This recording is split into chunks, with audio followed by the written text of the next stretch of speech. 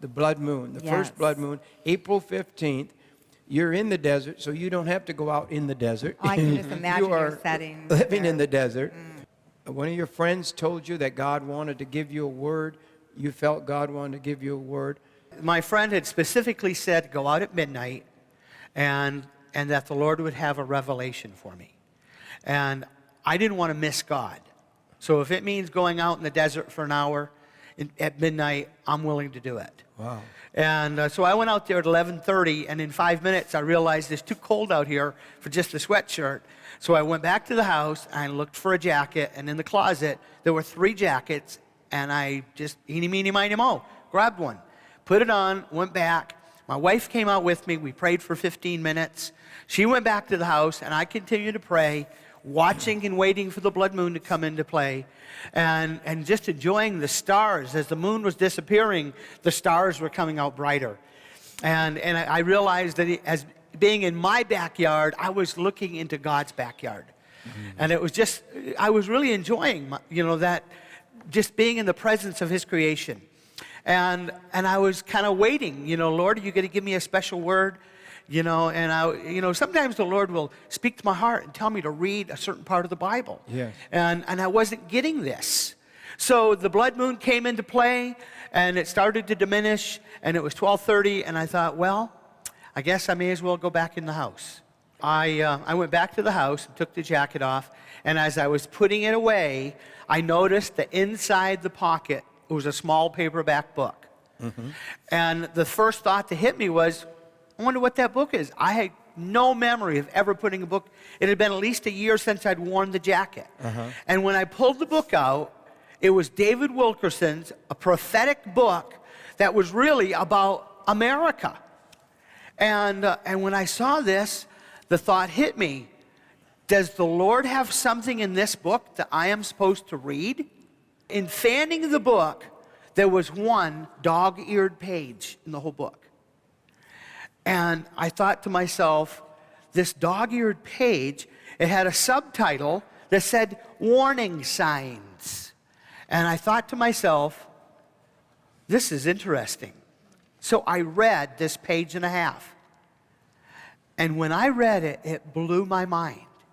Because what David Wilkerson wrote 30 years ago, it was literally 2 prophetic events.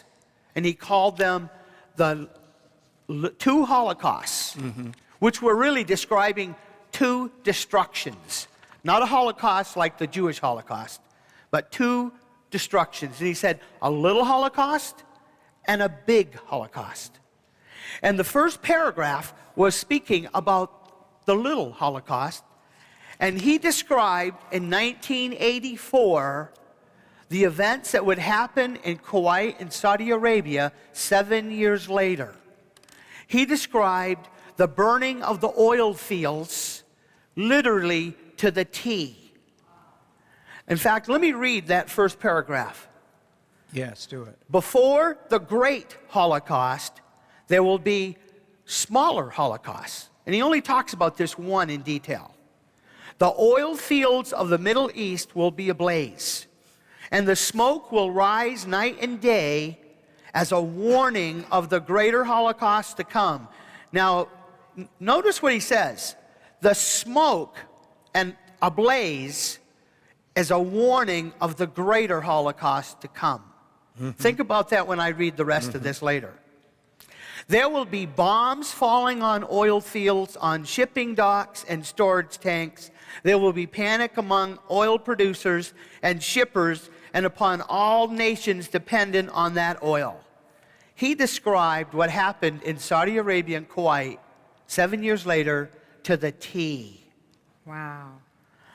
And then I remember that. I know. Remember seeing the pictures on television? And I'm going to read the second. Soon, very soon, an economic nightmare will explode into reality. What frightful news it will be. O thou that dwellest upon many waters, abundant in treasures, thine end is come, and the measure of thy covetousness. America is about to face a time of mass hysteria, as banks close and financial institutions crumble and our economy spins totally out of control.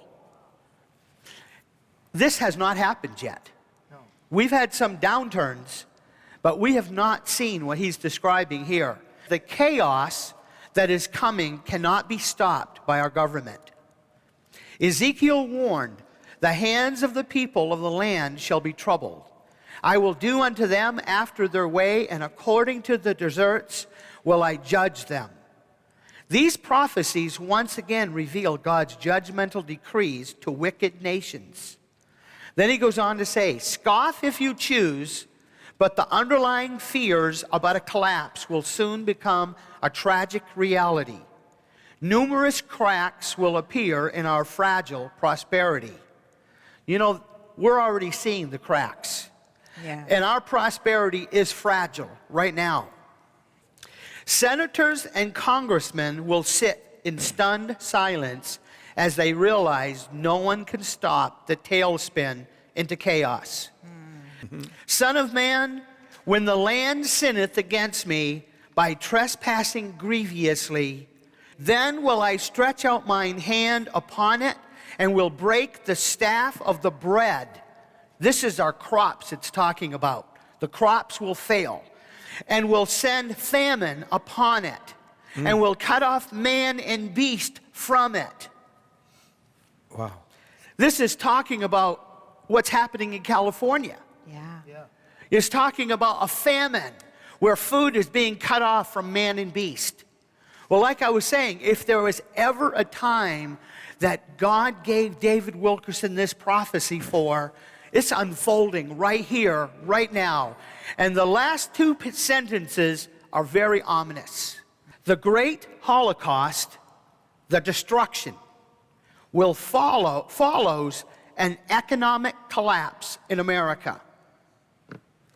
The enemy will make its move when we are weak and helpless. If you read this and understand it as I do, it's saying America is heading for an economic collapse. This economic collapse, probably along with other events happening, will bring destruction to America. It'll bring us to our knees. It will weaken us. I believe that David Wilkerson was shown that after a coming collapse and social and economic destruction, America will be invaded. And I go into this connection as one of the 5 end-time wars.